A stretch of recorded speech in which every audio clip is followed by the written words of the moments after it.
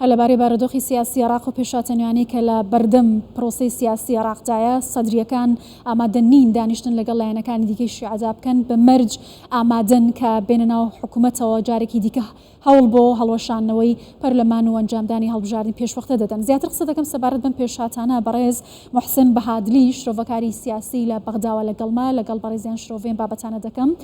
بەڕێز محسن ئەم کاتت باش. ئەوەی کە ئێستا ڕوونە لایەنی سەدری ئامادەی دانیشتن لەگەڵ لایەنە شیعەکان نییە و دەشڵێت چوارچەوەی هەماهەنگی کێشەی ناوخۆیی هەیە ناتوانێت حکوومەت پێک بێنێت. پێتان وایە حکوومەت ئەتوانرێت پێک بێت؟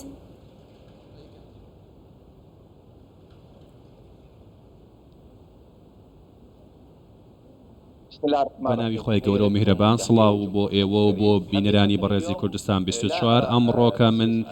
هیچ ئومێد و گەشتبین نیم بەوەی کەوا بگەن بەڕێکەوتنێک بۆ ئەوەی کە حکوومەت پێک بێت چکە بەڕێز سەدەر لە ڕاستیە ڕایگەیاندووە ئەو کارتی سووری بەرز کردوتەوە بە جۆر لە جۆرەکان ئەو هەموو دەرگاکانی داخستووە بەرامبەر بە هەر هەوڵەیەک بۆ پێگەنانی حکوومەت تا ئیسا هەموو هەوڵەکان شکستیان هێناوە هەموو ئەو هەوڵ و دەست پێشخەرانی کەوا دراون تاوەکو ئێستاکە شکستی هێناوە ئەوەی کەوا ئەو گەشتەشی کە هادی عەمری دەستی پێکرد بە هەولێر دەستی پێکرد و پاشان چوو بۆ سلێمانی و هەروەها کۆبوونەوە لەگە بەڕێز حەلبوسی و پاشان گەڕایەوە بۆ کۆبوونەوە لەگەڵ چوارچەوەی هەماهەنگی هەموو ئەم هەوڵانەی هادی عامری تاوکەسە شکستێناوە سەدر پێداگیرە لەسەر بۆ چوونی خۆی لە سەرەتای شۆڕشی عاشورەوە تاوەکو ئێستاکە ئێمە لە هەفتەی سێمین دەبینین کەوا هیچ گەشتبینیەک نییە بەوەی کەوا بگەن بەڕێکەوتن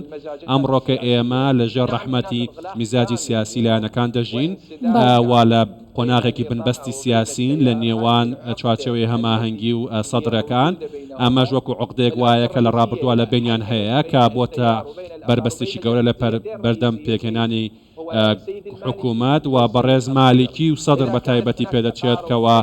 کێشێکی شخصی لە نێوانیانە هەبێت ئەگەر بێت و نزیک بوونەوە لە نێوان ئەم دوانە بێتە پێشەوە دەکرێت دەرگای بۆ چارەسەر بکرێتەوە بەڵام ئەمڕۆکە سەدر بە هەموو شێوەیەک ڕەتی دەکاتەوە کە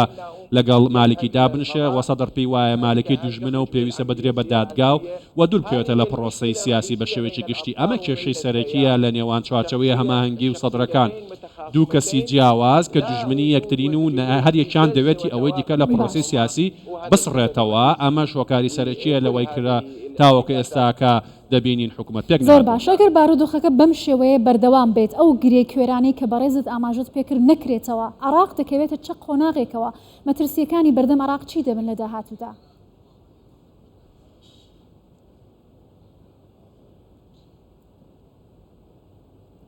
بەڵێ هەندێک سیناریوی جیاواز هەن لە پرۆسەی سیاسی ئێمە ئەمڕۆ دەستورمان هەیە و کۆمەڵی یاسا هەیە بەرکارن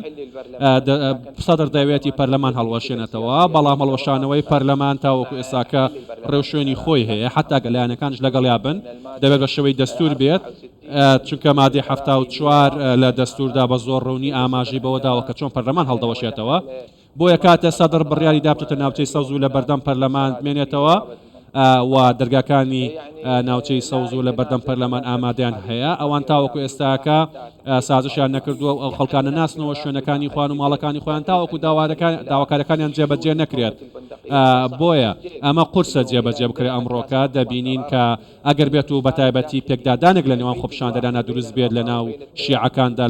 لە نێوان جەماوەری چوارچەوەی هەماهەنگی و سەدرەکان ئەوە کاردانەوەی و دەرئەنجامێکی خەتەرناکێ بێت لە داهاتووە ئەگەمە ڕوودا بۆیە ئەمە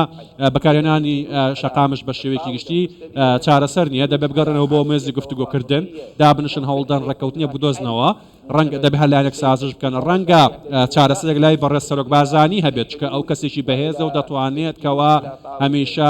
لایەنەکان پێک کۆبکاتەوە لەسەر مێزی گفتوگۆکەوە بەڵێ ڕەنگە چارەسەر لای سەرۆک بارزانی هەبێت کە ئەوە چەندین جار لە ڕابردووە هەوڵی داوە بۆ ئاشتەوای نێوان لایەنەکان و هەمیشە یەکەم کەس بووە کە چارەسەری ململانەکانی کردووە کاتێک گەیشتۆتە بنبەست لە عێراق لە نێوان لایەنە سیاسیەکاندا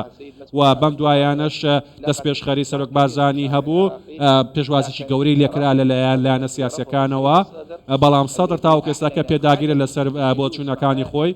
ڕایگەیان و ئامادەنیە لەگەڵ و گەندەڵکارانەیە دابنشە بە تایبەتی مالکی مەبەستێتی بۆیە سەدر تاوەکو ئێستاکە جێگیرە لەسەر ئەو پرەنسیپەی کە هەوێتی ئەوەش ئەوەیە کە دەبێت لە حکوومەت لەگەڵ لایەنە کاپێک دەمالکی باش ئاماژەتان بەوە کرد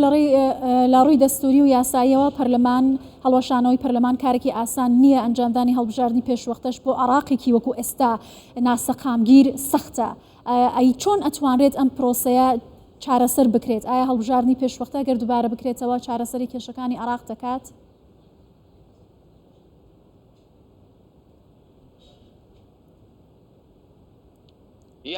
بەڵێ ئەمڕۆ ئێمە تاوەکو ئێستاکە لە چرکە ساتێکی لە ساتێک هەستیار لە سیستەمی دیموکراسی بەڕاستیەکێک لە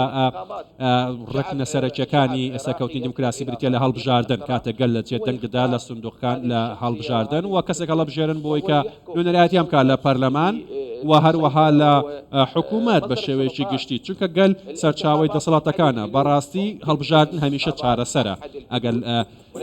لایەنەکان ڕێک نەکەوتن ئەشێت ئێمە بڕۆین بۆ هەڵبژاردنێکی پێشوەختە و ئەمە حکوومەتی ئێستا هەڵبۆشێتەوە و ئەم پەرلەمانی ئێستا هەڵبشێتەوە لە ماوەیەکی دیاریکراودا و بچین بۆ هەڵبژاردن و ڕەنگە پێش هەڵبژاردن پێش بچین بۆ پەرلەمان ڕەنگە دەستکاریەکی یاسای هەڵبژاردن بکرێتەوە و بە جۆرێک لە جۆرەکان کۆمیسیۆنێکی تازە دابدرێت یاخود هەموار بکرێتەوە کەسایەتیەک لە ناو کۆمیسیۆنن ڕەت بکرێنەوە خەڵکی دیکە بێنن بەڵام سەدر داواکەم یاسایەک و خۆی بێنێتەوە و چونکە پێیان وایە یەکێکە لە باشترین یاساکان کە لە عێراق تاوەکو ئێستاکە بۆ هەڵبژاردننی پێ ئەنجام درراوە نابێ بگەڕێنەوە بۆ پێش ئەم یاسایە کە لە ڕابردوودا جێبەجێمان کردووە ئەمە داواکاری سەرەکی سەدرەکانە چونکە پێیان وا بووە لە ڕاستیدا یاساکانی ڕابردووی هەڵبژاردن جیاوازی سیاسی گەورەی دروست کردووە بۆیە سەدر دەوێت هەڵبژاردنێکی پێشوەختە بکرێت دەوێتی پەرلەمان بۆشێتەوە و دەشەوێت بەم یاسایە بمێنێتەوە ئەم مەرجانە مەرجی زۆر ڕوون لای سەدرەوە ڕاگەندراوە دەڵێ لە هیچ کەسێکا دانانیشم هەتاوەکو ئەم مەرجانە جێبەجێ نەکات بۆیە دەڵێن ئێمە بێزار بووینە لە دەست کۆبوونەوەی زۆر و بۆر بەبێ ئەوەی بگەین بە هیچ ئەنجامێک ئەدێن لێرە دادەنشین لێوە دادەنشین بەڵام دیفتۆکەکان بێسوودن تەنیا بۆ ڕاگەاندنەکانن بۆیە دەبێت دابنشین ڕازی بن بۆ مەرجانەی هەمانە ئەبێ بۆیە چارەسەری بنەڕتیش لای سەدرا ئەگەر هەر لایەنێک دەوێتی کە چارەسەری دۆخەکە بکرێت دەبێت دابنشن لەگەڵیاندا ئەوانش دەڵێن گرنتیمان دەوێت لەوەی کە هەر دانیشتێک کە دەیکەین گرنتیمان دەوێت کە ئەم مەرجانە جێبەجێ بکرێن. باشە بەڕێز محسن بەهادلی شرۆڤەکاری سیاسی زۆر سپاس لە بەغداوە لەگەڵمان بووی.